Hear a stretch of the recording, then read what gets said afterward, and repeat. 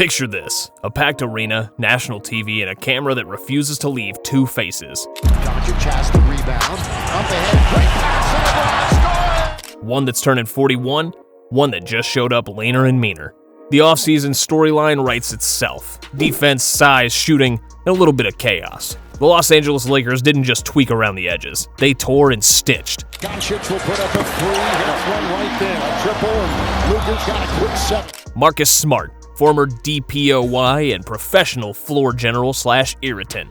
Deandre Ayton, a 7-foot vertical threat with soft touch. Jake LaRavia, a suddenly real 3-and-D option. A springy rookie with tools to develop. And oh yeah, Luka sliding into camp in the best shape he's had since ever. It's a lot. It's also the kind of a lot that breaks in either direction. So be honest, are you buying this as a contender build, or are you bracing for a beautiful mess? Before we start, don't just watch from the sidelines. If you're one of the 90% who still isn't subscribed, make it official. Join the NBA Inside family. Hit subscribe and let's live every moment of the season together. Let's start with the headliner that actually isn't a headliner anymore. LeBron. He's still a top-tier engine at 40, headed for 41, and producing at a level that makes aging curves cry.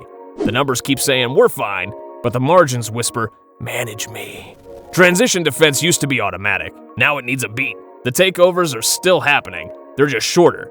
If the season is a marathon, the key is simple. Give him miles that matter and spare him the ones that don't. That's why this roster looks the way it does. Not because one guy fixes everything, but because 4 guys together ask fewer impossible things of a 41-year-old superhero. Cue Luka. Last spring, the tape showed a player who was 90% Luka and 10% this is heavy. He still filled the box score because that's who he is, an offense you can carry in a backpack. But late in the series, the legs and lungs told the truth. This summer, the pictures and the whispers lined up. Weight down, conditioning up, more interval work, less yo-yo. Jokes aside, yes, the step back looks the same. What changes is the tempo at minute 41. Luka's edge has never been top speed. It's control. If his engine runs cooler in the fourth, the reads hit faster. The rotations he used to chase become rotations he meets early. And the defense stops being a red blinking light. Want the simple version? Lean Luka is a problem you've seen before, just with fewer timeouts needed.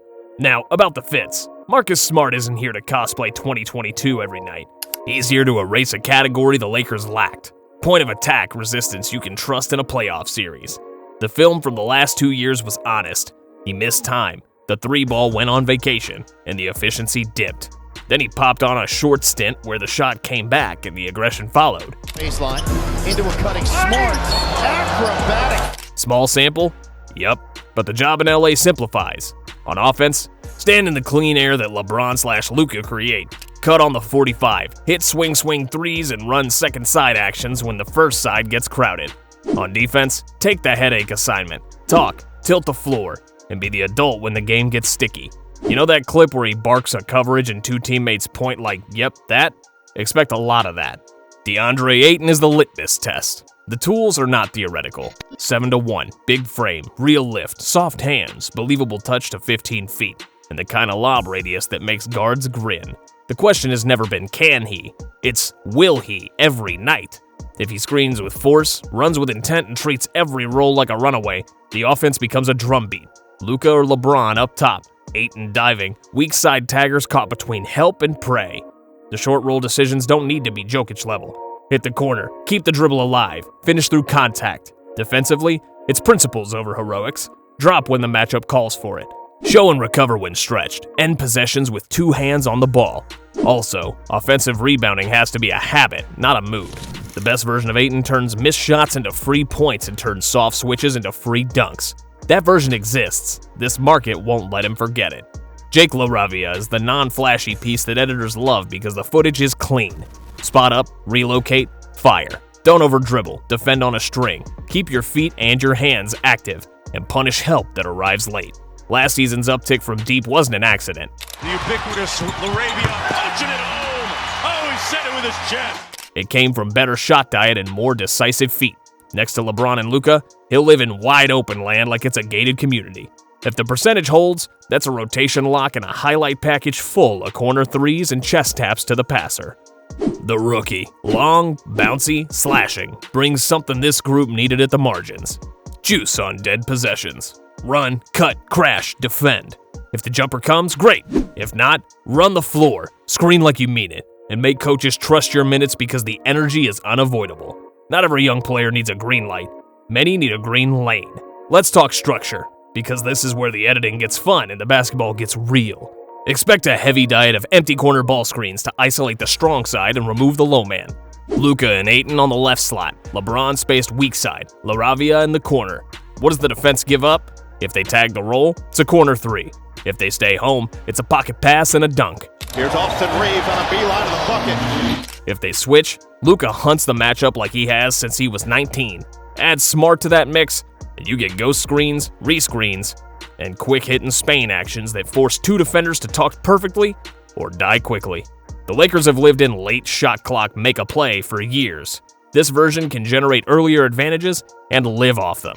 Defensively, principles first. With Smart point of attack, you can start possessions and drop and feel okay about it. When guards get hot or bigs stretch, you toggle into switch then peel. Smart and wing switch initially. Big peels back to the roller late. Corner defender shows and recovers on the pass. That sounds complicated. It's just reps. LeBron remains the best weak side quarterback on the roster. If Ayton's positioning stays on time, 2 feet in the paint, chest square, hands high, transition destabilizes. And you spend fewer nights hemorrhaging points off live ball misses. So where are the cracks? Health, obviously. Smart needs games, not just moments. Ayton needs weeks of effort, not headlines about potential. LeBron needs fewer minutes above 35. And Luka needs all that conditioning talk to survive a back-to-back in March and a 2-possession game in May. Chemistry isn't a question you answer in October. It's something you measure in March on a Tuesday in Denver and in May on a Sunday in Phoenix. How does this stack against the West? Oklahoma City punishes indecision. Smart's value spikes there.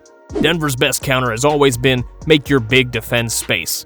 LaRavia's gravity matters, and Ayton's ability to toggle between drop and show becomes the hinge. Houston's length/athleticism will test the Lakers' live ball turnover diet. Low turnover offense becomes non-negotiable. Minnesota's size wants to bully you into old-school shots. Ayton must be loud at the rim, and LeBron's low-man timing needs to erase lobs. You get the idea. Each top opponent stresses a different seam, and this roster finally has multiple answers instead of one. Rotations? Start with a simple template and branch out. Opening group, Luka, Smart, LaRavia, LeBron, Ayton. Bench core, a slashing rookie, a second shooter, and one big or small depending on matchup. Closing time is the lab. Maybe it's Smart, Luka, LaRavia, LeBron, Ayton against bigger teams. Maybe a small ball look with LeBron at the 5 and quick bursts when you need pace and space. The key is optionality. Last year's team got stuck in hope lineups. This one can play chess. Here's the part that isn't fun but matters. The quiet habits. Conditioning blocks matter for everyone, not just Luka. Film sessions have to turn into rules. What is our baseline help on nail drives? What's our automatic in 2 to the ball? It's Edwards on the miss, and he puts it up and in. Him and Doncic are going mano-a-mano. What's our foul side rule in the bonus with 8 minutes left? End of quarter execution decides playoff seeds. End of game execution decides playoff lives. The best thing the Lakers can do for May is treat January like rehearsal and not content. Okay, quick lightning round for the what-if crowd. What if Smart's 3 slips? His value remains. Guard the top option, organize the room, screen for stars, cut when heads turn. What if Ayton misses time? Then you scale into more LeBron at 5 looks, and the rookie's minutes spike with a mandate, run and rebound. What if the spacing tightens late in the games? Go to double drag with Luka and LeBron as screeners. Yes, you read that right, and weaponize the confusion. If teams switch it, Luka hunts. If they hedge, LeBron short rolls and dices.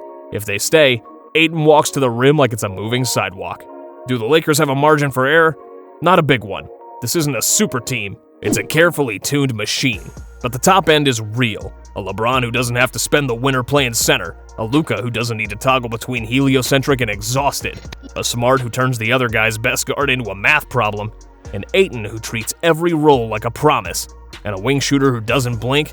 Those are ingredients that win a week, then a month, then a round. Let's be honest about the elephant under the spotlight.